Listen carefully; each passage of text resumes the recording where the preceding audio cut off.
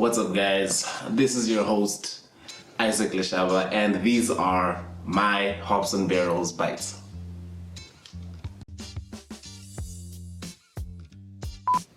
Why did I start Hops and Barrels? Well, I needed to turn this addiction into something. So the reason why I started Hops and Barrels is because I've always been an alcohol enthusiast. For some people, they call it an addiction, but I call it enthusiasm. I always loved alcohol. I mean, who doesn't? But I've always loved the difference in the taste and the difference in the kinds of alcohols that you can get. So I wanted to create something, I wanted to create a channel where you could not only experiment with various different kinds of alcohol, but you could let people know as well that there are different kinds of alcohol out there that you can taste, because we're always so set in our own ways. You go into a thingy, you go into a store, you walk in, you pass the glass doors because glass doors equals expensive. You don't even look. You only look at the glass doors when it's like or something, and then it's done. You go in, go to the fridges, you see what you like, you pick it up, you bounce. Not knowing that there is an entire assortment of alcohol all around you. And I'm sure this has happened to me before as well. Like, I remember I used to also do that. I used to walk in, never mind anything. It's like having blinders on. Never mind all the other different kinds of alcohol around you. But you go for the exact specific thing because you have become used to that. So the whole reason that I wanted to build this is because, one, it takes 21 days to break a habit. If you try new kinds of alcohol for 21 days, then you will break the cycle of you buying that same one, and then you will start becoming more cognizant of everything that is available to you. That's when it's just from being an addiction to something to enthusiasm for the whole spectrum. Yeah. So what does the name Hops and Barrels mean? It's not nothing deep, it's nothing crazy.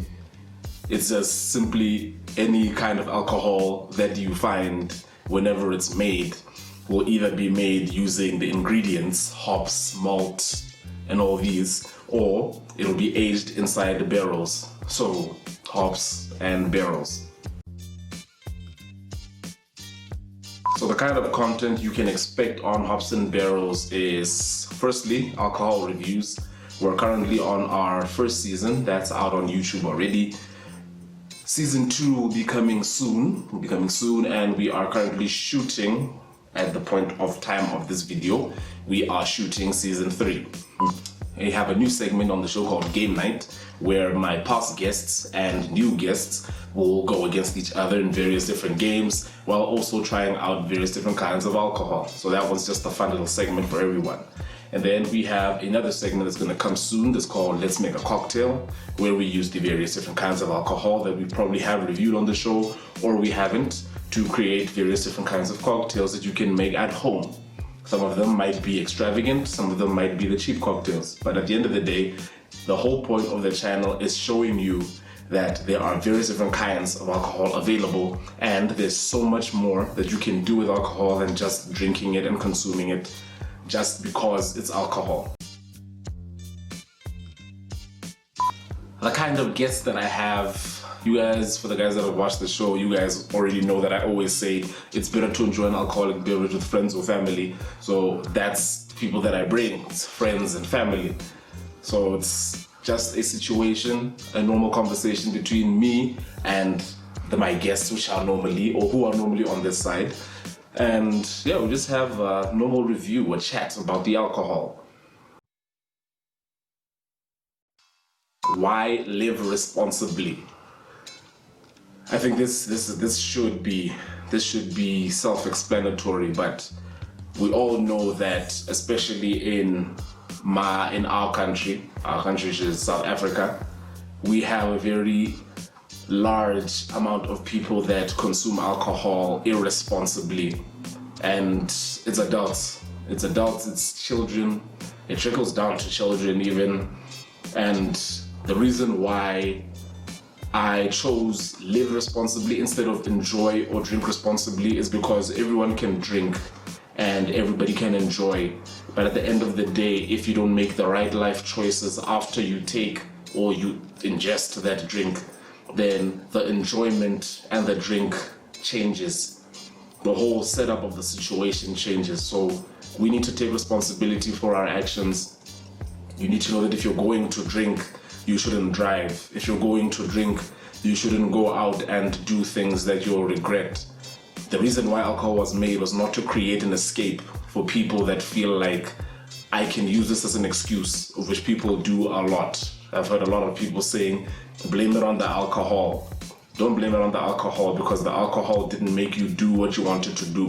The alcohol just put you in a state where you were like, I have something that I can blame now on the action that I am about to perform. I had a drink, probably all of us can relate to this, where our parents might have left one of theirs on a counter somewhere. So I remember, I forgot what my dad was drinking that day, but I remember seeing it, and then I went after it, and then I took a sip of it, and then I ran. And then from there, the next time that I actually did start drinking was obviously during the various different stages and phases of teenagehood or teenagedom. I don't know if it's called teenagehood or teenagedom, but yeah, definitely not of legal drinking age. Okay, my best experience with alcohol is probably, there's so many of them because I think my best experiences with alcohol is any day I get to try a new kind of alcohol, because I can't pinpoint just one. Like, I can say my best experience with a specific kind of alcohol, but if you just say my best experience with alcohol in general, then it's literally every single time I get to try something new. That is my best experience with alcohol. My drink of choice, as you guys already know the show, is any drink that has an ABV above 40%. Anything that has anything lower is something that you can chill with, something you can chill and relax with.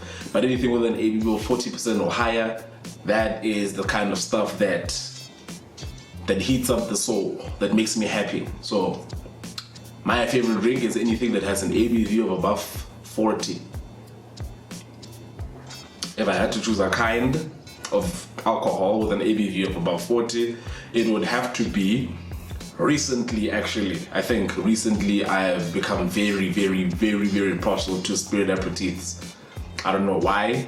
Maybe psychologically during the various different seasons, bootlegger moonshine has attracted me. And bootlegger moonshine, I've tried Baron Samedi. There's Regal, brandy flavored spirit aperitif. But yeah, spirit aperitifs are my favorite. And the highest ABV that I've ever had is 69%. 69%, Takamaka 69. For some reason, I can't find it anymore. I don't know why they don't stock it anymore. But Takamaka 69% cane spirit. That was the highest ABV that I've ever had. Trying to go higher, want to see how high we can go on the show and in general.